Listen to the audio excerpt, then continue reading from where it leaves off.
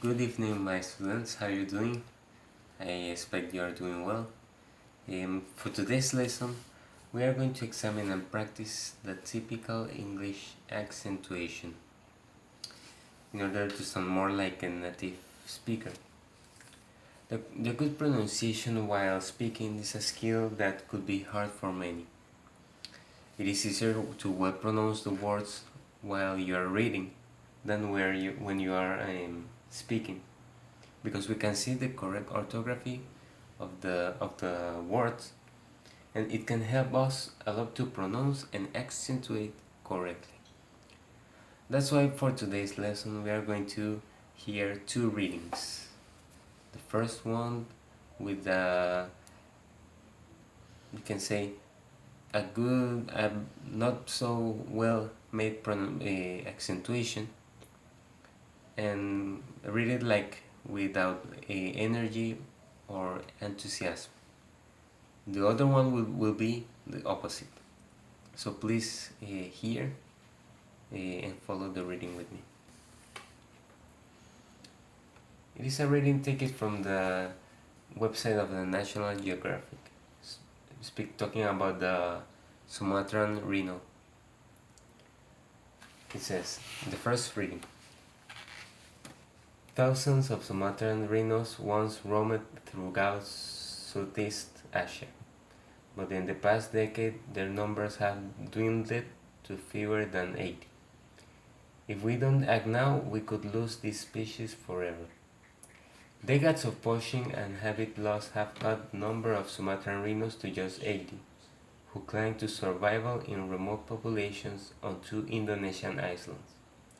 Their biggest threat now is isolation, and the odds of the adult rhinos finding the compatible mates in the wild are dwindling. Did you see? That's a common way of reading, without force and without the correct accentuation that we used to have in English. That's important because in order to broadcast an idea clearly, it is not just enough to speak correctly, but it is good to accentuate and well stress the words that we want to say. Now take a listen to the next reading. Thousands of Sumatran rhinos once roamed throughout Southeast Asia, but in the past decade their numbers have dwindled to fewer than 80. If we don't act now, we could lose this species forever. Decades of poaching and habitat loss have cut the numbers of Sumatran rhinos just to 80, who cling to survival in remote populations on two Indonesian islands. Their biggest threat now is isolation, and the odds of adult rhinos finding compatible mates in the wild are dwindling. Do you see? I make my best for pronounce that reading with an English correct accentuation. That's one of the best way for we can practice the accentuation and pronunciation in English, reading and practicing. But which other exercise we could do?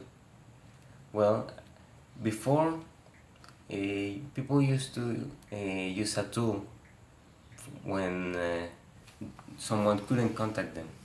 We're talking about the voicemail greetings found in telephones.